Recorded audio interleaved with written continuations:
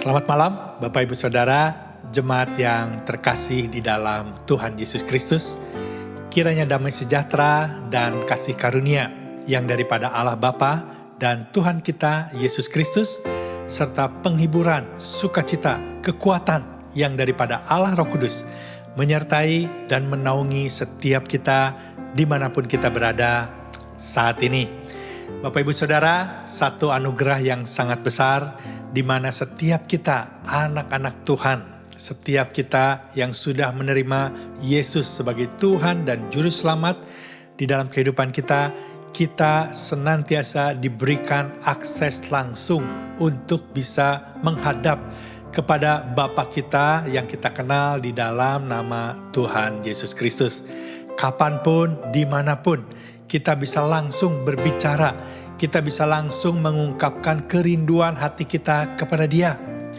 Ini adalah satu belas kasihan dan kemurahan hati Tuhan yang terus-menerus ada bagi setiap kita yang menaruh iman kepadanya. Malam hari ini kita akan melanjutkan pembahasan tentang bagaimana atau hal-hal yang berkaitan dengan doa. Mari kita membaca bagian firman Tuhan atau perenungan firman Tuhan malam hari ini yang diambil dari kitab Nehemia, pasalnya yang kedua, ayatnya yang ke-5 sampai ayat yang ke-9. Kita akan melanjutkan apa yang sudah kita bahas minggu yang lalu. Nehemia pasal 2 ayat 1 sampai 4. Sekarang kita akan memasuki ayat yang ke-5 sampai ayatnya yang ke-9. Nehemia pasal 2 ayat yang ke-5. Mari kita membaca bersama-sama.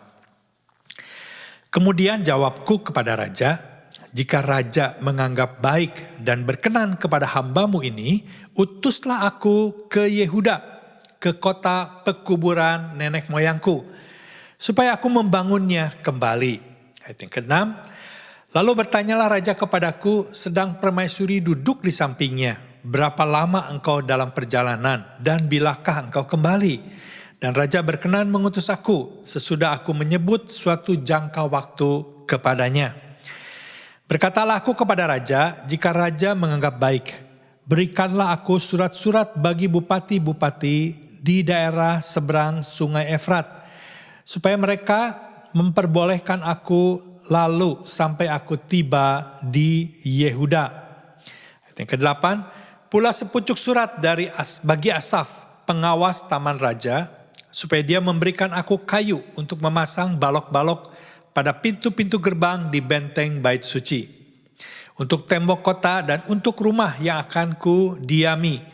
Dan raja mengabulkan permintaanku itu karena tangan Allahku yang murah hati melindungi aku. Saya mau membaca bagian yang terakhir ini sekali lagi. Dan raja mengabulkan permintaanku itu karena tangan Allahku yang murah melindungi aku. Ayat yang ke-9, maka datanglah aku kepada bupati-bupati di daerah seberang sungai Efrat dan menyerahkan kepada mereka surat-surat raja. Dan raja menyuruh panglima-panglima perang dan orang-orang berkuda menyertai aku.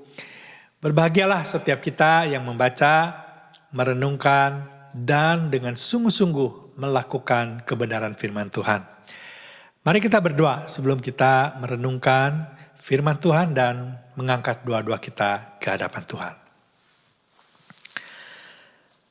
Bapa, sekali lagi kami mengucap syukur karena Engkau hadir di tengah-tengah kami ya Tuhan.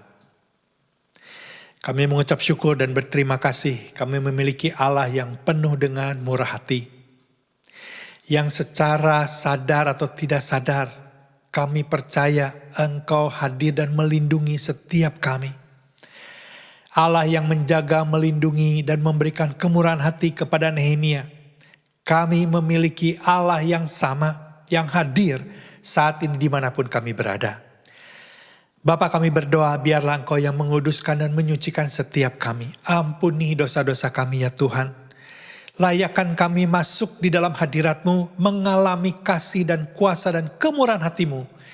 Pribadi lepas pribadi dimanapun kami berada, keluarga demi keluarga dimanapun kami berada ya Tuhan. Buka telinga kami, buka mata kami, untuk kami boleh mendengar dan melihat kebenaran yang disampaikan malam hari ini. Terima kasih Tuhan, Hanya Allah Roh Kudus yang bisa mengajar setiap kami dan memberikan kekuatan kepada kami untuk melakukan kebenaran firman-Mu. Lindungi setiap kami. Di dalam nama Yesus kami berdoa dan mengucap syukur. Amin. Bapak Ibu Saudara, dua kata yaitu cinta kilat. Saya percaya ini bukan dua kata yang asing bagi kebanyakan kita. Dan mungkin saja ada di antara kita yang sedang mengalami cinta kilat. Jika ada di antara Bapak Ibu Saudara yang sedang mengalami cinta kilat, saya kasih beberapa pantun untuk saudara sampaikan kepada orang yang saudara cintai. Minum jamu dari singkong, lihat kamu langsung cintrong. Bikin atap dari lontar, mata menatap, hati bergetar. Naik kereta, kereta rusak, jatuh cinta berjuta rasa. Saya kira kalau ada di antara Bapak Ibu Saudara yang sedang mengalami cinta kilat, kalau saudara bacakan pantun ini, pasti orang yang mendengar pantun saudara akan tambah cintrong. Saya berharap seperti itu.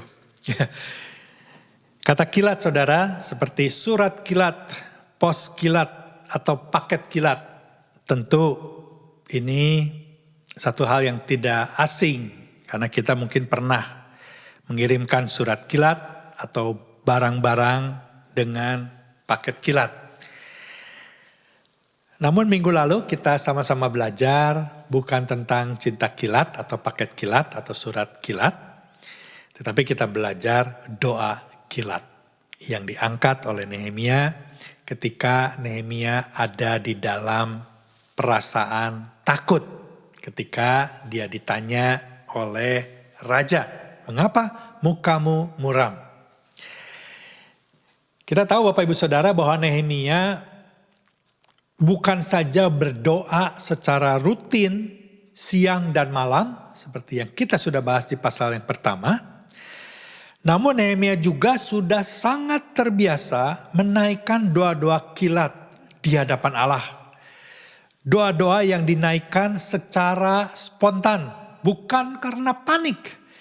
Melainkan karena pada saat itu, pada titik itu, dia memerlukan jawaban dari Tuhan secara cepat. Doa yang diangkat karena Nehemia langsung memerlukan jawaban pada saat itu. Dengan demikian Bapak Ibu Saudara, kalau kita melihat bahwa Nehemia bisa menaikkan doa secara kilat pada waktu yang tepat dimanapun dia berada. Ini membuktikan bahwa kemanapun Nehemia berada, kemanapun Nehemia melangkah, kapanpun Nehemia dalam waktu seperti apapun juga, doa selalu ada bersamanya. Nehemia tidak pernah meninggalkan doa sendirian. Doa selalu ada melekat di dalam kehidupannya. Mungkin kalau kita mau terapkan supaya lebih mudah Bapak Ibu Saudara saat-saat sekarang ini. Kemanapun kita pergi, dimanapun kita berada, kapanpun kita tidak pernah lupa membawa handphone kita. Bukan tidak pernah lupa, maksud saya tidak mau jauh dari handphone yang kita miliki. Ya. Kalau kita mengendarai mobil, ketinggalan SIM atau driver license, mungkin saya pikir, gak apa-apa lah. Mudah-mudahan tidak tertangkap polisi. Ya mungkin kita bisa berpikir seperti itu. Tetapi kalau ketinggalan HP, mungkin kita cepat-cepat pulang untuk ambil HP. Teman saya sewaktu mengantar saya ke satu tempat, ini di Medan, kejadiannya beberapa belas tahun yang lalu. Ya, setelah hampir tiba di tempat tujuan, tiba-tiba teman saya balik lagi cepat-cepat. Dia bilang, "Aduh, kita harus kembali ke rumah." Saya bilang, "Ada apa?" "Handphone saya ketinggalan." Dia mengatakan, "Istri ketinggalan, saya masih bisa tahan. Tapi kalau enggak ada HP, di saku celana saya tidak bisa bernafas. Bapak Ibu Saudara, perasaan inilah yang ada di dalam diri Nehemia. Ya.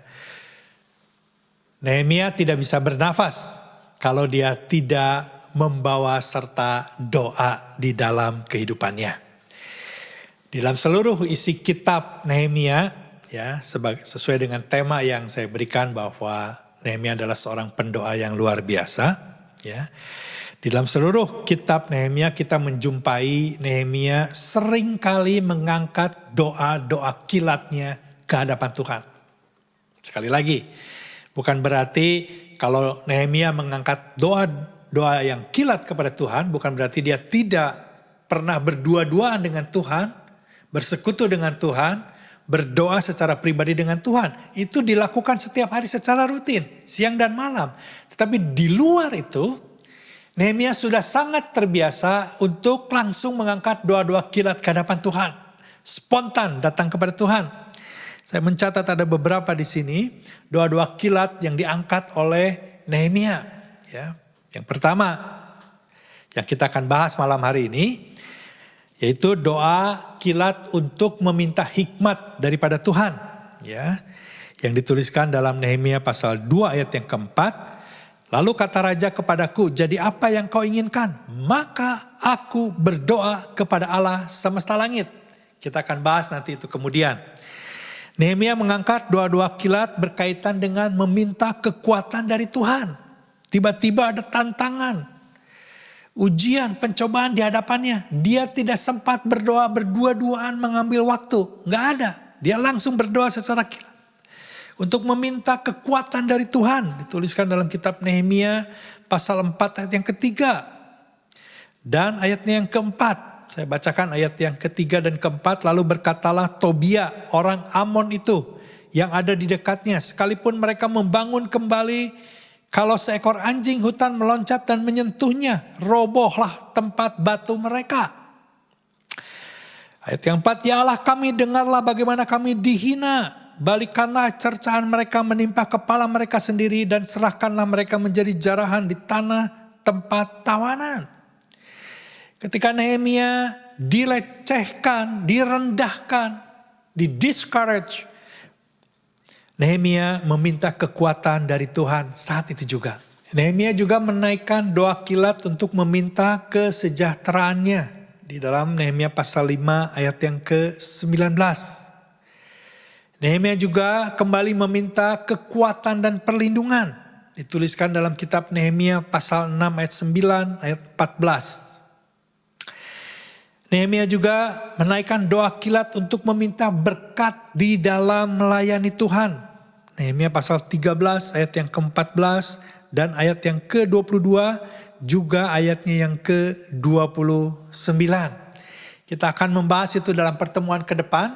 Hari ini kita bahas mulai dari ayat yang ke-5 sampai ayat yang ke-9 sebagai jawaban doa kilat yang diangkat oleh Nehemia di tengah-tengah ketakutan yang kita sudah bahas minggu lalu.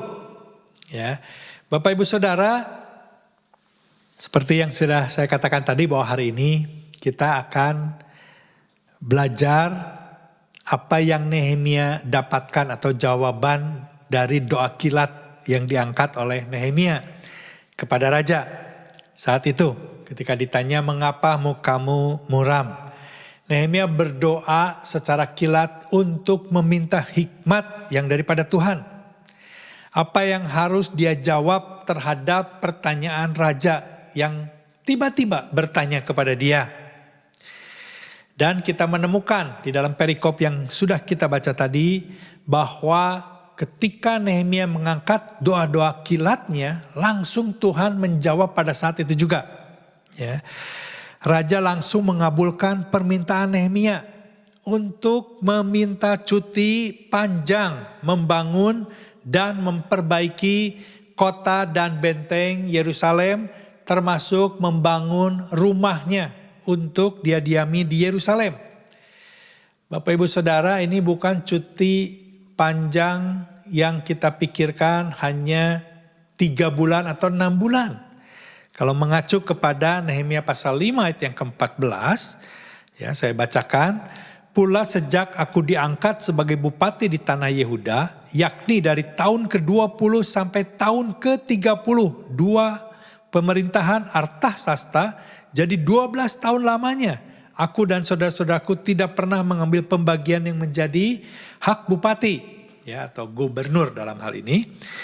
Jadi Nehemia mengambil cuti yang panjang sekali, 12 tahun. Dan dengan cuti yang demikian panjang pun raja mengabulkan permintaannya.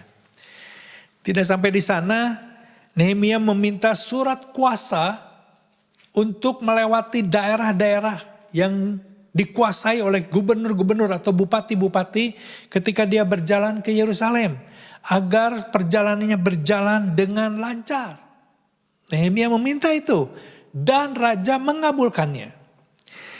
Nehemia juga tidak berhenti sampai di sana. Dia meminta bahan-bahan, kayu-kayu untuk digunakan sebagai pembangunan atau perbaikan pintu gerbang Yerusalem, benteng-benteng, dan juga rumah yang akan dia diami. Ya, dan raja mengabulkan. Dan lebih daripada itu, bahkan tanpa Nehemia meminta, raja mengutus para panglimanya untuk mengawal Nehemia sampai tiba di Yerusalem. Saya mengistilahkan apa yang didoakan oleh Nehemia ini sebagai doa singkat dengan hasil yang optimal. Ya. Di tengah-tengah ketakutan dan kegentaran, Nehemia berdoa kilat ke hadapan Allah untuk memohon hikmat Tuhan, dan Tuhan langsung mengurapi lidahnya untuk supaya Nehemia mengeluarkan kata-kata yang tepat sesuai dengan rencana dan kehendaknya. Allah langsung mengurapi lidahnya supaya kata-kata yang keluar dari Nehemia penuh dengan kuasa. Allah menjamah hati raja supaya mengalir kemanapun Allah mengalirkannya. Sehingga doa yang diangkat oleh Nehemia semuanya menggenapi rencana dan janji Tuhan yang Tuhan sudah sampaikan kepada umat Israel. Puji Tuhan, melalui pengalaman Nehemia ini, Bapak Ibu Saudara, kita diingatkan bahwa ketika kita tidak tahu harus berkata-kata apa, ketika kita tidak tahu harus melakukan apa, kita buntu, kita sudah tidak bisa berpikir apa-apa lagi. Ujian, pencobaan, tantangan yang ada di hadapan kita begitu besar.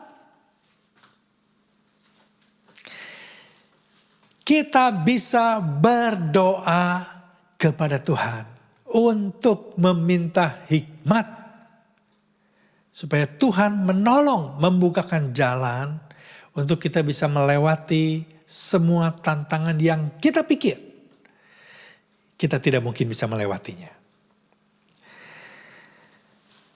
Inilah juga yang diajarkan oleh Yakobus di dalam kitab Yakobus pasal yang pertama, ayat yang ke-5 sampai ayat yang ke-8.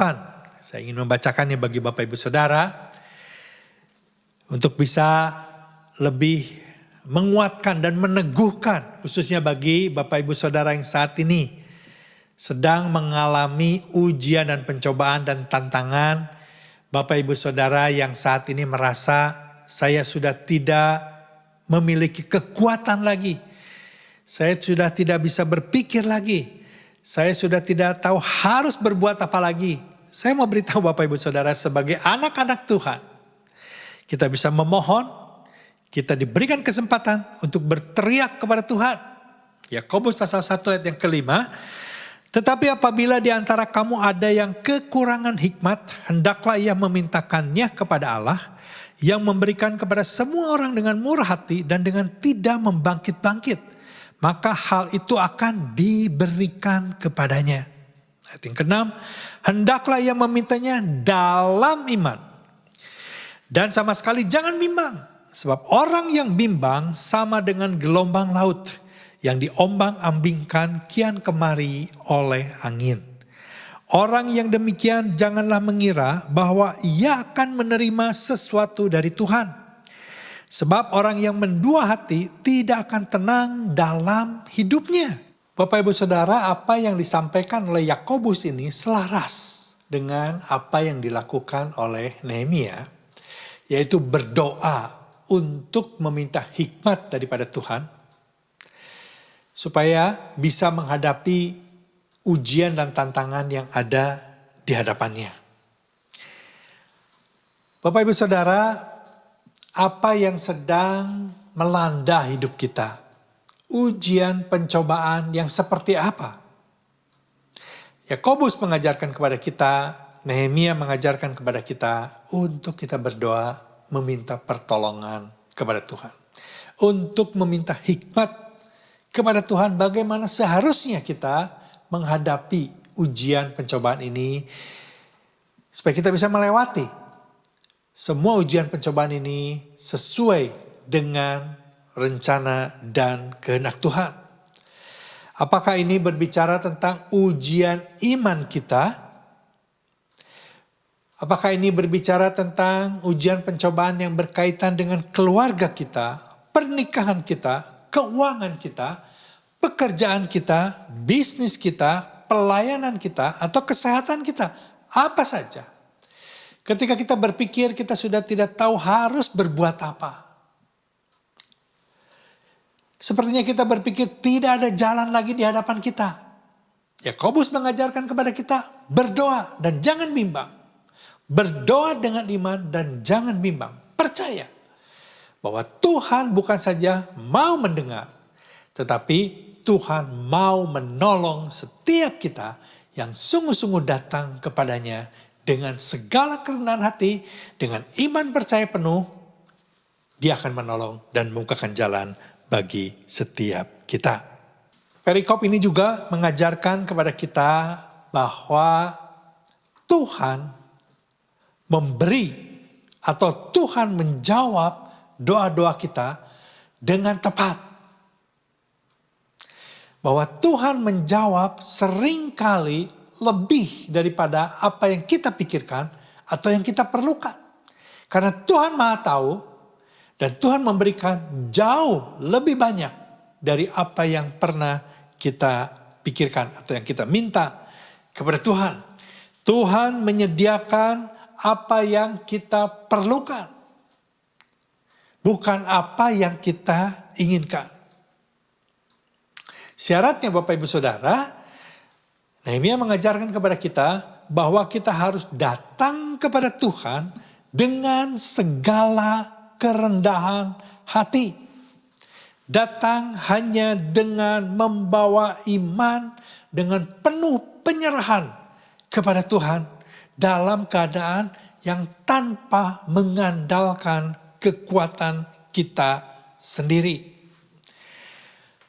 Kita tahu sekalipun Nehemia tahu bahwa dia memiliki kekuasaan dan memiliki hubungan yang baik dengan raja, tetapi dia tidak bergantung kepada hal-hal yang seperti itu. Dia tahu bahwa jabatan dan kekuasaan itu datangnya dari Tuhan. Semua itu tidak bisa diandalkan. Yang bisa diandalkan adalah pertolongan Tuhan karena kemurahan hati Tuhan. Karena belas kasihan Tuhan. Dia memiliki kuasa dan jabatan. Tetapi dia tidak mengandalkan itu. Nehemia pasal 2 ayat yang ke-8b memberitahu kepada kita bahwa, mari kita membaca bersama-sama, dan raja mengabulkan permintaanku itu karena tangan Allahku yang murah hati melindungi aku. Ini sama dengan yang dikatakan oleh Paulus dalam kitab Efesus pasal 3 ayat yang ke-20.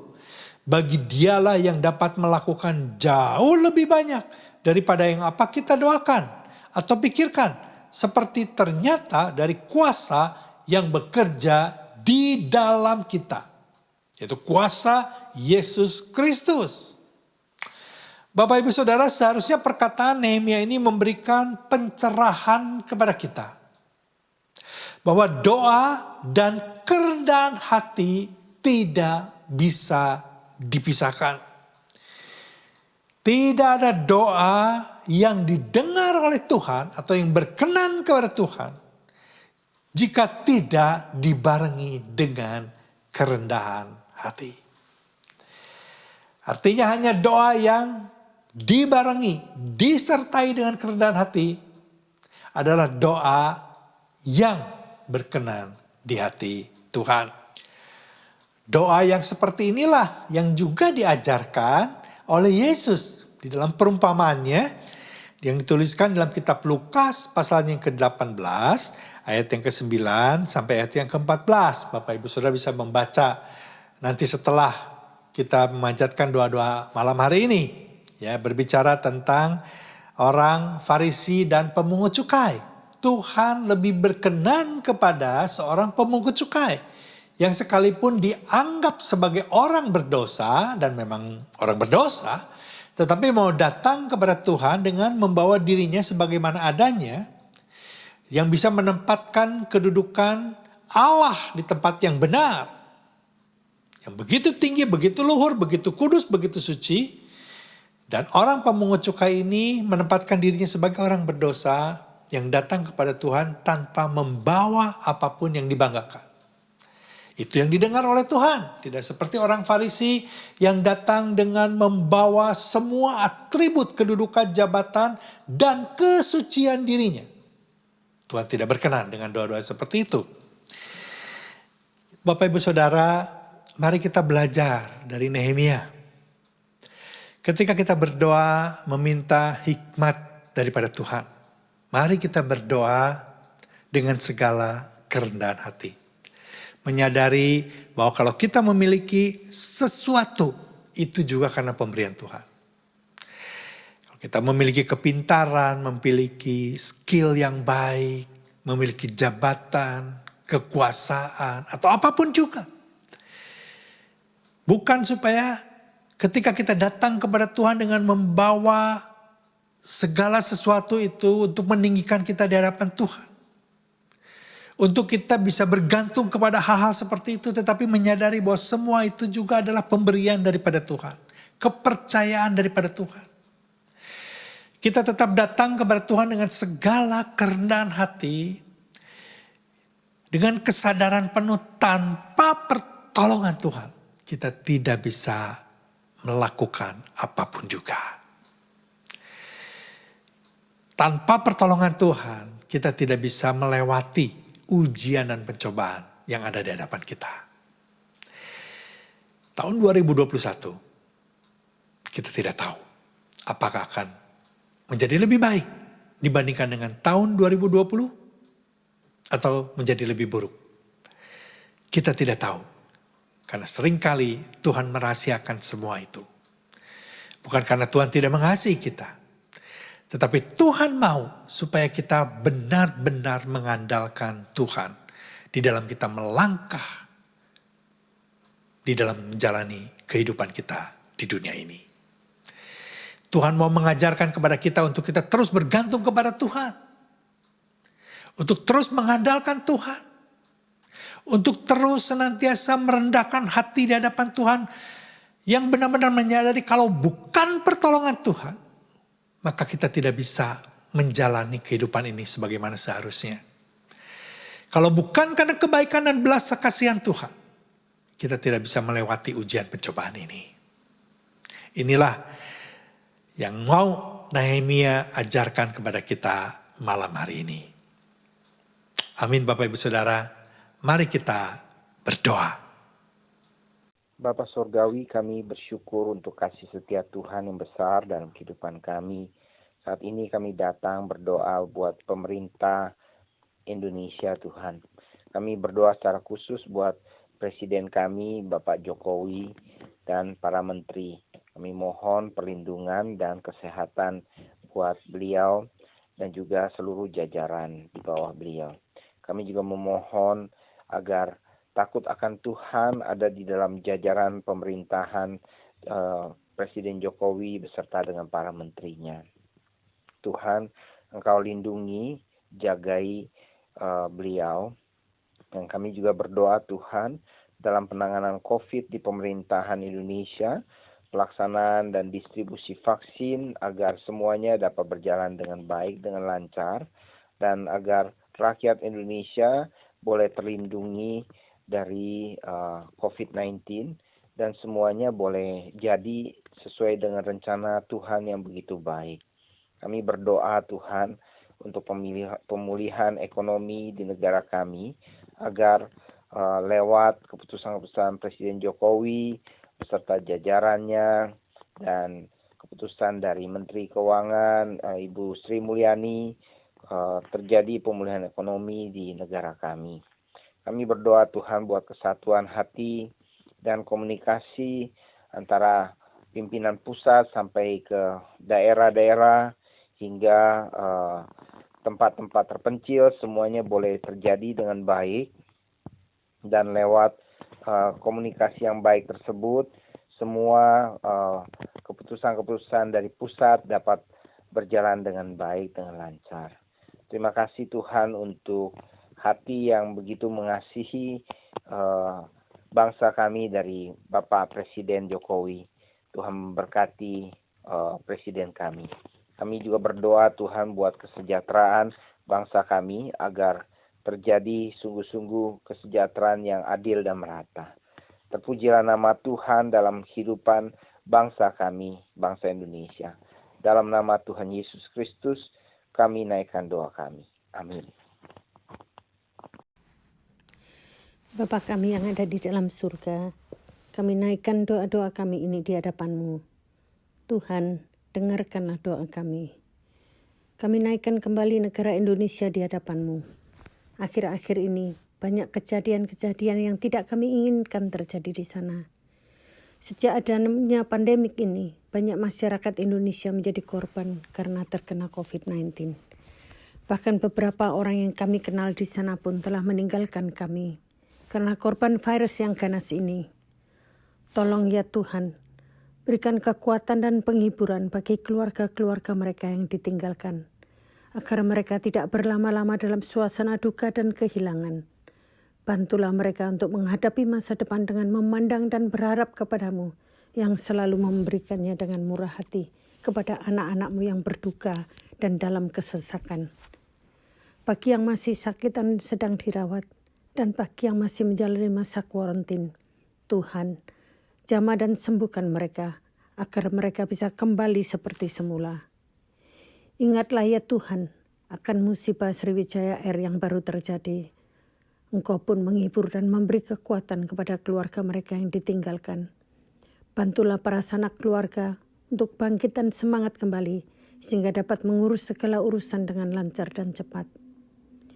Indonesia juga mengalami bencana alam baru-baru ini.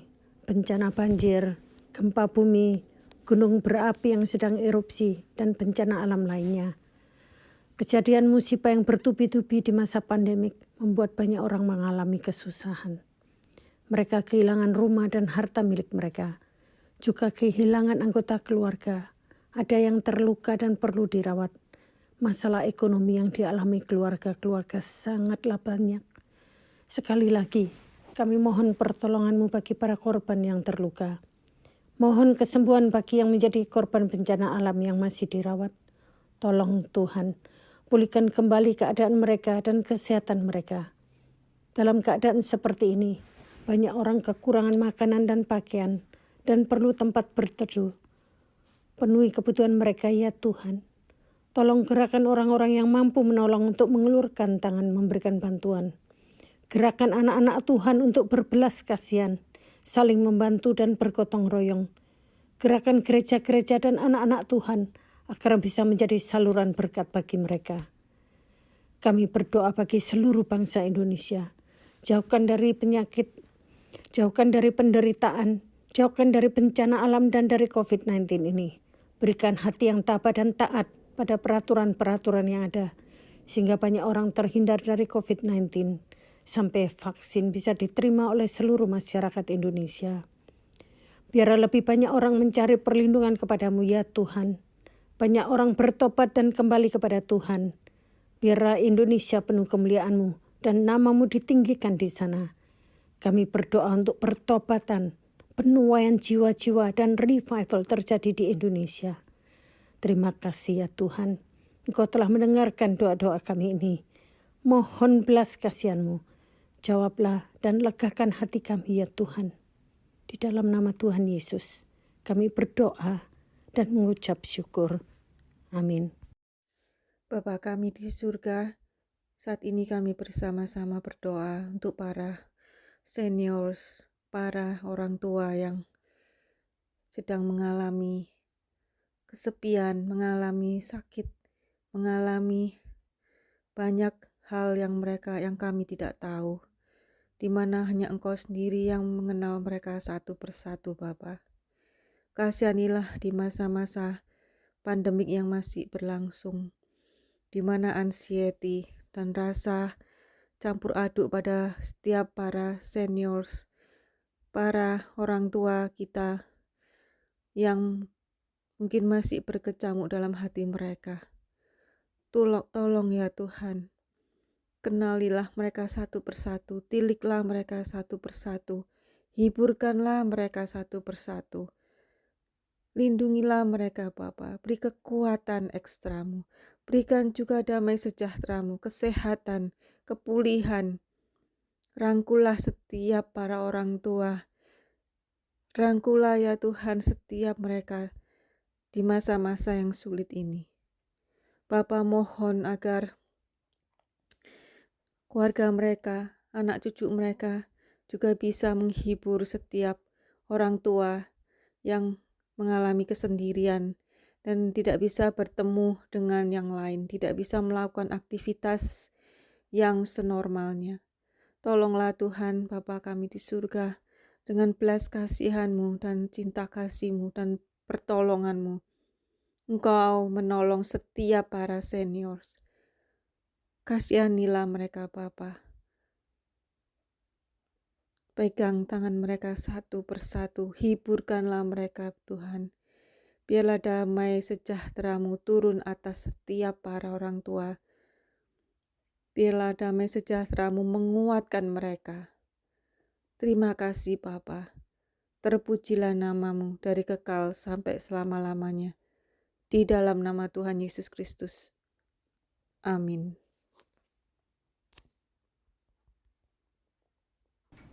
Tuhan Yesus, kami datang kepadamu, kami berdoa untuk yang adult di gereja kami. Kami berdoa biar roh-Mu yang bekerja dengan kuat di dalam kehidupan mereka, di sekolah, pekerjaan, relationship, keluarga mereka. Kami tahu ya Tuhan bahwa Engkau Tuhan yang kuat dan penuh kasih. Tolonglah mereka yang saat ini sedang sakit, putus asa, sedang takut, sedih, kesepian, stres, atau bahkan depresi. Atau kalau hati mereka sedang bergumul, galau dengan segala persoalan hidup. Oh Tuhan, tolonglah mereka. Kami berdoa biarlah anugerah-Mu yang kuat luar biasa menjangkau mereka, menyembuhkan yang sakit, memberi pengharapan kepada yang putus asa, membalut luka yang sedang sakit hati, memberi hikmat bagi yang membutuhkan, memberikan kemampuan untuk berdiri lagi bagi yang sedang jatuh, untuk datang kembali kepadamu lagi. Kami berdoa ya Tuhan, berseru-seru kepadamu, tolonglah anak-anak kami ini, beri rasa haus dan lapar akan firman-Mu, beri rasa takut dan jijik akan dosa, beri kemampuan untuk mengerti bahwa hanya Engkau satu-satunya pengharapan mereka di dalam dunia ini, bukan yang lain. Tuhan Yesus, please korbankan di dalam hati mereka, kobarkan semangat untuk hidup bagi-Mu, untuk memakai waktu mereka dengan bijaksana. Jagai dan lindungi mereka seperti biji mata-Mu dari segala sakit penyakit dan mara bahaya. Marilah Yesus berjalan dekat dengan mereka. Marilah Yesus, di dalam nama Tuhan Yesus kami menyerahkan anak-anak kami ini. Amin. Kami bersyukur dan berterima kasih padamu Bapa, karena pada malam hari ini kami bisa berdoa bersama-sama kembali untuk pemerintah Kanada.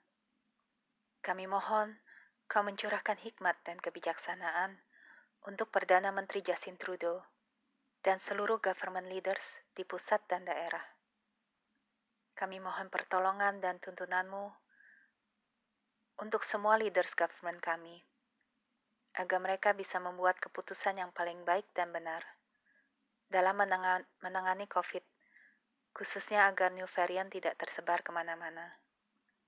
Dalam penyaluran dan penyebaran vaksin, dan pemulihan perekonomian di Kanada.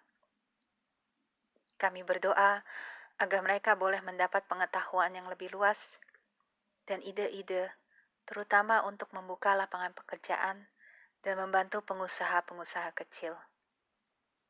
Kami mohon agar semua leaders government kami selalu melibatkan Engkau di semua keputusan yang mereka buat demi kebaikan dan kesejahteraan masyarakat Kanada.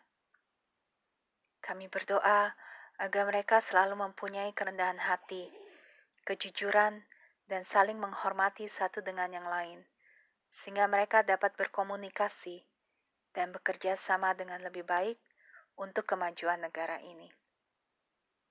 Kami mohon agar mereka mendapat ketekunan untuk selalu mencari dan bersandar kepadamu, sehingga mereka selalu mempunyai hubungan yang dekat denganmu ya Bapa. Dan kami berdoa agar leaders government Kanada mempunyai keberanian untuk selalu berbuat yang benar, sesuai dengan keinginanmu. Kami mohon kemurahan hatimu untuk menutup bungkus mereka dan keluarga mereka dari mara bahaya dan sakit penyakit.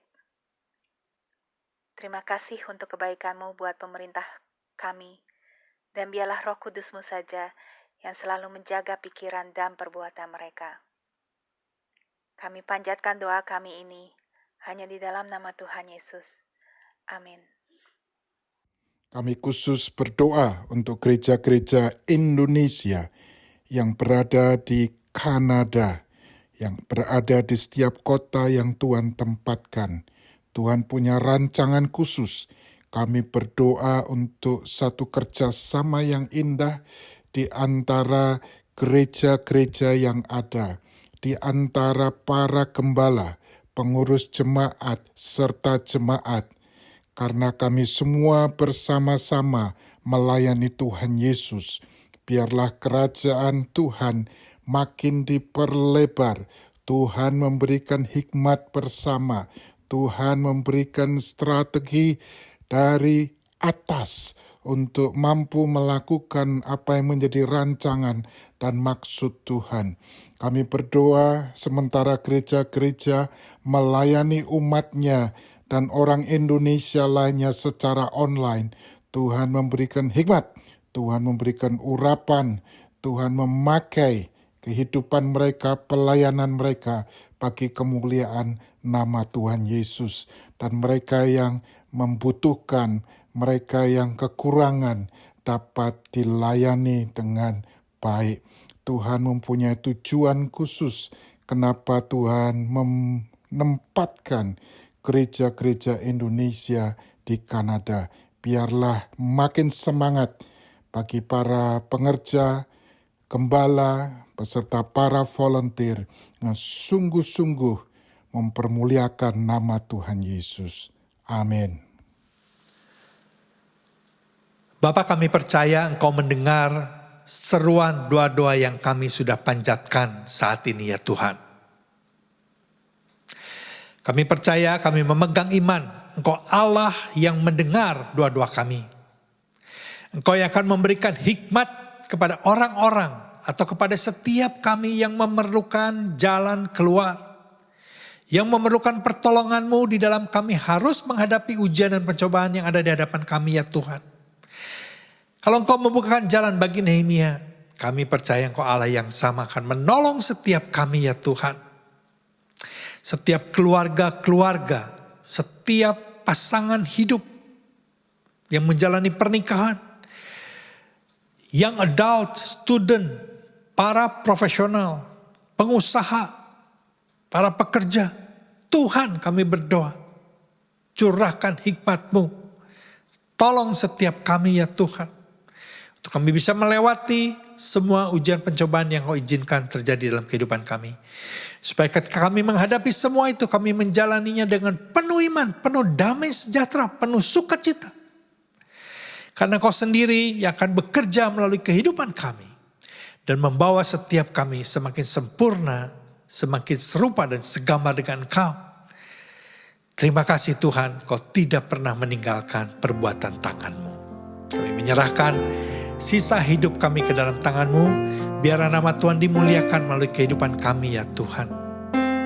Terima kasih, kami menyerahkan semuanya ke dalam tangan-Mu. Di dalam nama Yesus kami berdoa dan mengucap syukur.